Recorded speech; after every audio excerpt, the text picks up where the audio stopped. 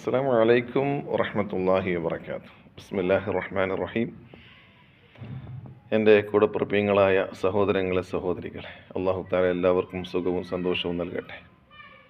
ഞാൻ ഈ വീഡിയോയിൽ വന്നത് ഒരു കാര്യം എന്നോടും നിങ്ങളോടും ഉണർത്താനാണ്. നമ്മളെല്ലാവരും നിസ്കരിക്കുന്നവരാണ്. ആ നിസ്കാരത്തിൽ ഒരു കാര്യം ശ്രദ്ധിക്കാൻ എനിക്കും നിങ്ങൾക്കും അല്ലാഹു തൗഫീഖ് നൽകട്ടെ.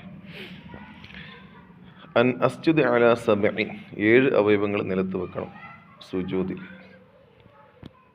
അതിൽപ്പെട്ട 2 അവയവമാണ്. ഒന്ന് അൽ ജബ്ഹത്തി വൽ അൻഫ്, നെറ്റിത്തടവും മൂക്ക് മുഅക്കദായ സുന്നത്താണ്, അങ്ങനെ തന്നെ ആണ്. ഇനി അതുപോലെ തന്നെ വൽ യദൈനി, യദൈനി എന്ന് പറഞ്ഞാൽ 2 കൈകളുടെ ഉൾഭാഗം, 2 കൈകളുടെയും ഇങ്ങനെ തന്നെ. അതുപോലെ തന്നെ റുക്ബത്തൈനി, 2 മുട്ടുകളും, ഉൽ ഖദമൈനി, കാല് 2 വിരലുകളുടെ പള്ള. അത് ഭൂരിപക്ഷം ആളുകളുടെയും കാലങ്ങനെ വെക്കുന്നതായി ഞാൻ കാണുന്നില്ല.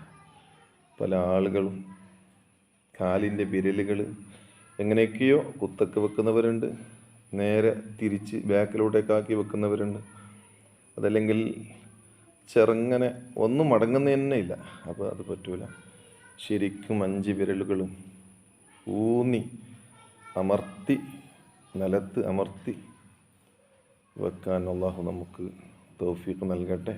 അങ്ങനെ തന്നെ നബി തങ്ങൾ സല്ലല്ലാഹു അലൈഹി വസല്ലം തങ്ങൾ എങ്ങനെയാണോ നമ്മെ പഠിപ്പിച്ചത് അങ്ങനെ തന്നെ പരിപൂർണ്ണ നിസ്കാരം നിസ്കരിക്കാൻ അല്ലാഹു നമുക്ക് ഏവർക്കും അല്ലാഹു തൗഫീഖ് നൽകട്ടെ. നാളെ അല്ലാഹു പാരത്രിക ലോകത്ത് ഇതൊന്നും പഠിക്കാത്തത് എന്ത് എന്ന് ചോദിച്ചാൽ നമ്മളാകെ കുടുങ്ങിപ്പോകും. ആ ഒരു അവസ്ഥ വരാതെ നമ്മളെല്ലാവരെയും അല്ലാഹു കാത്ത് സലാമത്താക്കട്ടെ. ആമീൻ യാ റബ്ബൽ ആലമീൻ.